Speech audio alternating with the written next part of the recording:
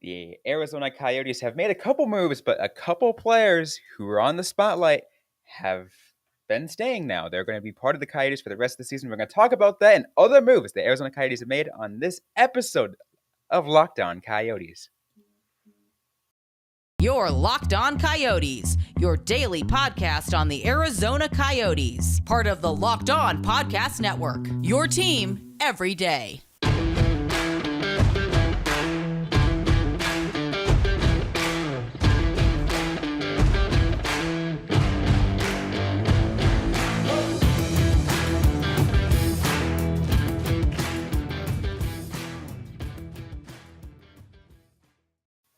Welcome everyone to this special Locked On Coyotes live episode after the trade deadline, 3 p.m. Eastern for those who are on that side of the country. It is noon here in Arizona. That means the NHL trade deadline has come and gone. There's still some moves technically that could be made because, as long as they were put in. But from what we know, the Arizona Coyotes are retaining Jacob Chychrun and Phil Kessel for now. Yep. Like you said, there's always the possibility that we'll see some other moves trickling in. I think some of the teams still work by fax, which is just adorable. But Craig Morgan, the best source for Coyotes news, has tweeted out that Chychrun and Kessel will be staying with the franchise.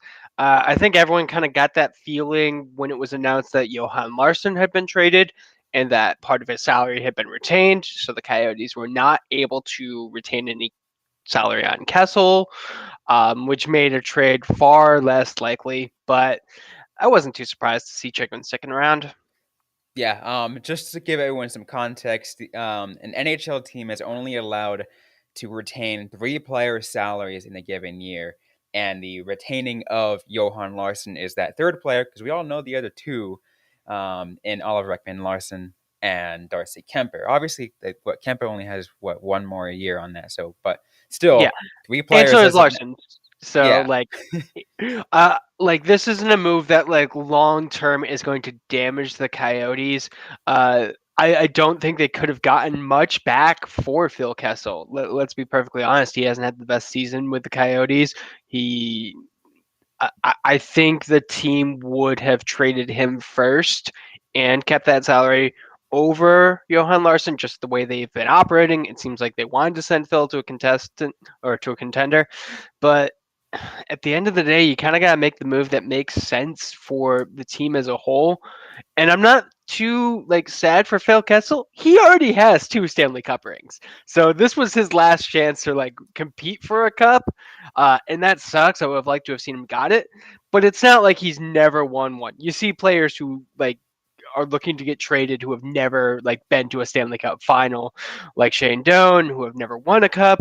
Kessel's not that player. He has done plenty in his career that he could look back on. I don't think he necessarily needs a third ring.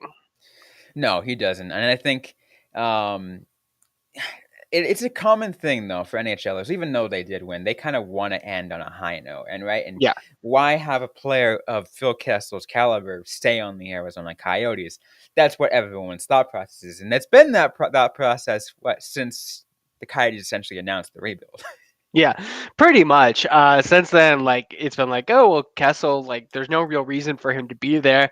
I am reminded of the Olympics that he sat out, and this was back when Kessel was on Twitter. He tweeted out, "Oh, I swear there's something I should have been doing today," and I feel like he could revive that tweet for the Stanley Cup playoffs this year.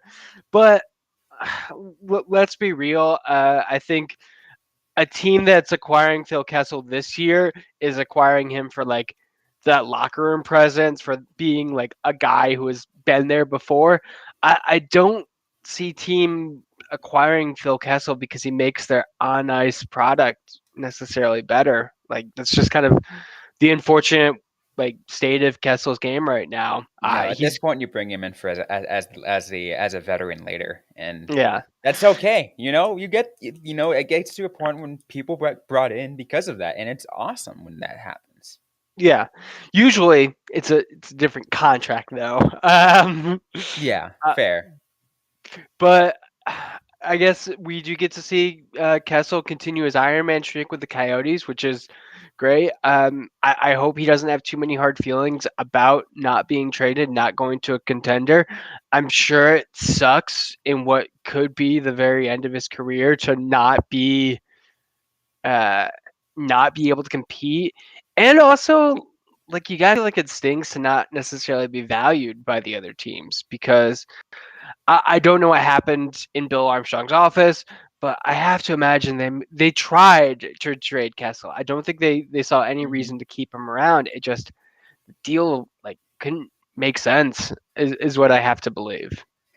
And yeah, because GM Bill Armstrong has been making moves all throughout the last few days on what works best for the team, and obviously that has to be first, Yeah, right?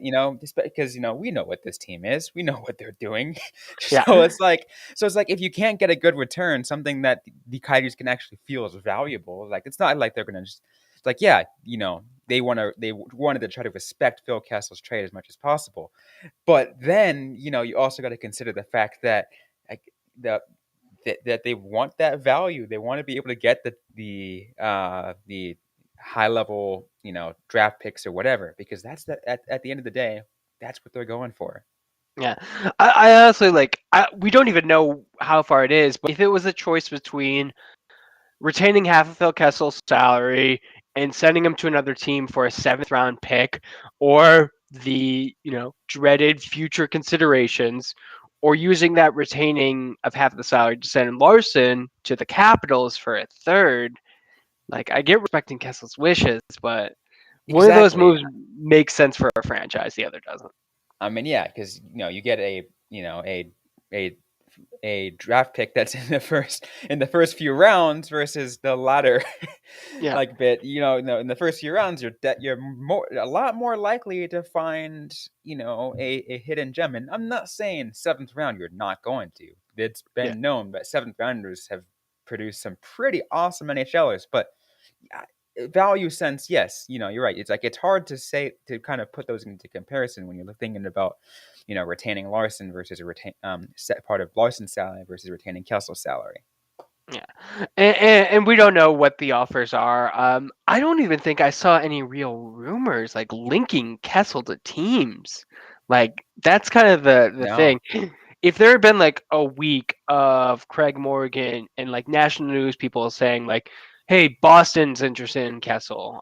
Tampa Bay is, freaking Dallas. Like any of those teams, like either on the bubble or like deep in contention." Like that would have been one thing, but it's been quiet. Like fans have been linking Kessel to teams like the Pittsburgh Penguins and the Boston Bruins all season, and the Maple Leafs because Kessel has a connection to there. And there's, I think sports fans like to narrativize like events. I know that Armchair GMs. yeah, Armchair GMs out there trying to say, "Oh, this is gonna happen." yeah, or even like just, hey, this is cool. Like I would like this, and that's fine. I do the same thing. I know when I watch games, like I tend to put it into a narrative, but like it just, I don't know. It wasn't like the right people saying that. It was fans saying that. It wasn't anyone connected with the media or team saying that these were likely moves. So I just have to feel the interest wasn't there. Absolutely. And let's talk really briefly, very very briefly about Jacob Chychrun. Saying you're saying not surprised he didn't leave. It's not a lot of because at probably Coyotes realized that at this moment, because of how he played earlier this season and injury status, everything like that it's just not you can't. He's not at the value that they want. He's not. He wasn't Bill Armstrong probably saw the offers on the table. Was like, these aren't good enough. We can wait a little bit longer. Yeah, especially because the offer seemed to go up as the season went along, where Mm-hmm. like it definitely reinforced the idea that Armstrong didn't want to trade Chychrun. He was just listening to offers because if he was like anxious to move him, like the offer would have gone down or stayed like firm. He's like, nah, you want him, it's gonna cost you. And that makes sense. He's signed for a couple more years. So there's absolutely no reason to move him. Like I think all throughout the season, you and I have like discussed this where it's like, Why? Why are you moving him? Why are we seeing all these reports that he's going to be moved? Like, it makes no sense for the Coyotes or for Jacob Chychrun, and that kind of held firm. I do think there's a possibility he gets moved at the trade deadline, or not. Sorry, not the trade deadline, at the draft or during the off season. That could always happen, but for right now, there was no real reason to move him, so I was not surprised. Absolutely. We'll have to keep an eye on that, obviously, as the offseason gets closer. But we still got more to talk to you about how the Arizona Coyotes did during this trade deadline. We're going to get to more in just a moment. But first, I want to tell you guys, about our next partner from Athletic Greens. They have this new product, AG1, a amazing, uh, you know, awesome powder that can create an awesome drink. 75 high quality vitamins, minerals, whole food source, superfoods, probiotics, adaptogens, all the things you can get. Essentially, like think of all the pills or whatever you have to take. Why do that when can take this amazing drink that that tastes pretty good? You can mix it with water, you can mix it with juice, you can do what you want, and it's healthy. Again, as I mentioned, it's got all of those vitamins. It's keto friendly, paleo friendly, vegan, dairy free, all those kind of things. I want you guys to try it also because I want you, if you make it easy, Athletic Greens is going to give you a free 1 year supply of immune supporting vitamin D and 5 free travel packs with your first purchase. So if all you got to do is go to athleticgreens.com/NHL Network. Again, that's athleticgreens.com/NHL Network. Take ownership of your health and pick up the ultimate daily nutritional insurance. Let's now talk, Carl, about other moves the Arizona Coyotes have made. And this is another one, not a trade that this one happened, but a waiver pickup. And an interesting waiver pickup because this was happened. So let's give people some context on this one. Yesterday, about 24 hours ago, the Toronto Maple Leafs decided, bring a guy over from Europe, Hari Sateri. It's like, we're going to sign you to a contract. And Yeah. then because he's coming from Europe, he has to clear waivers. Mm-hmm. As you do. And in the final moments before he clears, the Arizona Coyotes are like, you know what? We need a goaltender. We're going to take him. Yeah, it was one of those things where yesterday, like right after the game, the Coyotes announced that they would trade Scott Wedgwood for a conditional fourth-round pick to the Dallas Stars. Not something that we talked about because it happened before the trade deadline. And I was wondering, like, what are they going to do? Are they going to bring up Koshinash? Are they going to bring up Prosvetov? No, they're going to pick up a goaltender from the waivers, Hari Satari, who played phenomenally well in the KHL, had a 2.02 goals against average, 926 save percentage, went 5-0-0 in the Olympics with a 962 save percentage on his way to a gold medal win. So definitely a solid goaltender, a little bit older, 32. So an unusual pickup, but I mean, if the team is shipping out Wedgwood, he's a good player to bring in. Absolutely, and it makes sense because I was wondering the same thing too when Wedgwood got shipped down. It's like, all right, who is their next goalie? I don't think they want to rush Prosvetov. They don't trust Kozhinash, Yeah. so they got to do something. And Sateri was that person, and it's interesting because Sateri has had a number of cracks in the NHL. I think he played very, very briefly for the Panthers. I think he played like a little bit for where else? He was a backup in San Jose, but he was like, I don't think he ever played in San Jose.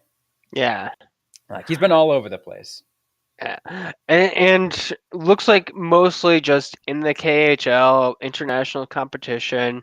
Um, spent some time His in most the recent Red Wing time, system. yeah, most recent time in North America was when he was playing for the Grand Rapids Griffins, the AHL affiliate of the Red Wings. So that was and that was in 2018, 2019. So Yeah. it's been a while. He's been in the KHL for a while. So, but now he's back Yeah. in North America. I saw on Wikipedia, because I was looking at his Wikipedia page, that the war in Ukraine was a big reason why he, you know, ended the playoffs. I didn't look too deep into that, but yeah, I was just like, oh yeah, that is happening and is affecting Mhm. the KHL right now. Um, I like this pickup for the guys. One, it's a troll move, and I love that. It is absolutely a troll move to the Toronto Maple Leafs. But let's say Tari like plays well with the Coyotes. Is there a chance that he resigns? Maybe. I was reading a James Myrtle article on the Athletic, and he mentioned the fact that like Toronto was pretty upfront that he wasn't guaranteed ice time with the Maple Leafs. He's Right. absolutely guaranteed to play with the Coyotes. Like I do not think that they are going to start Pamelka for the rest of the No. season. So, like, it's a golden opportunity, and as we've seen, and as we'll talk about, like the Coyotes are definitely a team where if you want an opportunity, they're the place to go. And again, as it goes back to what we were talking about before the season began, anybody who comes on the Arizona Coyotes has something to prove. Yeah, And that's to prove that they belong in the NHL, that they deserve a contract of a certain number or a certain term length or whatever it is. Um, and I think it's awesome again because I like these like redemption story kind of things where they get that new chance. yeah.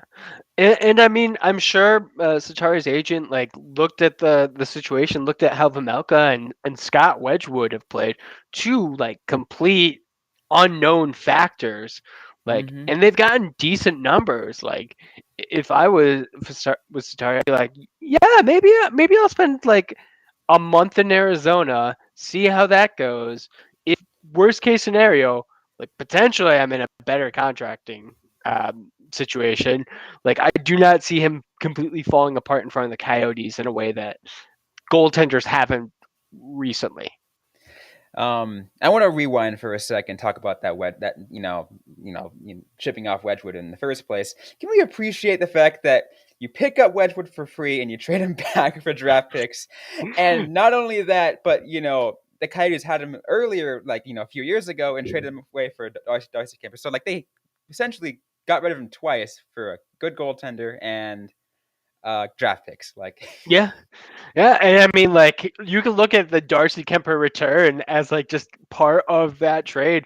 mm-hmm. Like, I saw a great quote from that Craig Mogan posted after talking to Wedgwood, where he was very understanding that it's a business decision. He talked like only good things about the team and living in Arizona, things that we hear. But yeah, you're right. It's one of those moves where you're just like, I mean, you kind of got to make it. Like you gotta make the team better every chance you get, and it sucks because Wedgwood endeared himself to Coyotes fans a lot this year, more so than his first time. Like everyone really liked what he did. He stole quite a few games. Just always seemed like happy to be there. And like we said, don't have favorite players on the Coyotes. Unless you accept the fact that they are going to leave. Yeah, yeah. Unless you just are like, it's gonna be a short time, but I'm gonna have it. Like, Exactly. uh, just keep it brief. Don't have too many like hard, like, big feelings. All right, we still got more to get to though on this episode of Locked On Coyotes. We're going to talk about the last bit of moves that happened in the moments coming up to the trade deadline, plus how we can all tie this in to how the Arizona Coyotes are rebuilding. All that and more as we get ready to close things off in a little bit. But first, a quick word from Carl. So I have a message from our friends at Bet Online. It's that time of year again, as college basketball's tournament is finally upon us.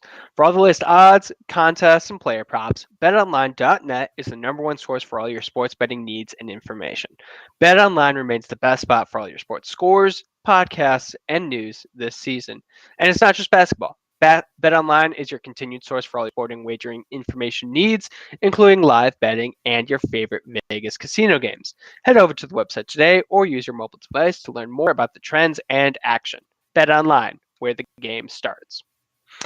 And I also have a message from our friends at Built Bar. And that's, have you tried the puffs? If not, you're missing out on one of the best tasting Built Bar flavors. The puffs are the first ever protein infused marshmallow. They're fluffy, they're marshmallowy, they're not just a protein bar, they're a treat. And they're covered in 100% real chocolate.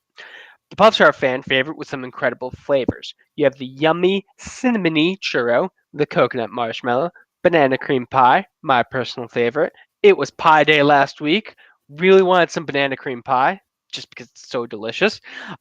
They're all so good. Now, you're going to find one that will be your favorite. Uh, Built bars contain 130 calories, 4 grams of sugar, 4 net carbs, and 17 grams of protein. So it's a bit healthier than you would get with a candy bar, which normally has 240 calories, 30 grams of sugar, and dozens of net carbs. What I want you to do is go to built.com and use the promo code LOCK15 to get 15% off your order. That's promo code LOCK15 for 15% off at built.com. So let's get ready to finish things off on this live episode of Locked On Coyotes following the NHL trade deadline by talking about a few other trades the Arizona Coyotes have made and some somewhat smaller names prospects, but they came in and again, and it's kind of going to be tying into our wrap up of how everything fits into the rebuild, Carl. Yeah. Two Uh, definitely smaller prospects, but I think they were bigger collegiate free agent names. So, like, definitely good moves. Yesterday it was announced during the game, but wasn't made official to today, that the Coyotes were interested in acquiring the rights to Jack McBain from the Minnesota Wild.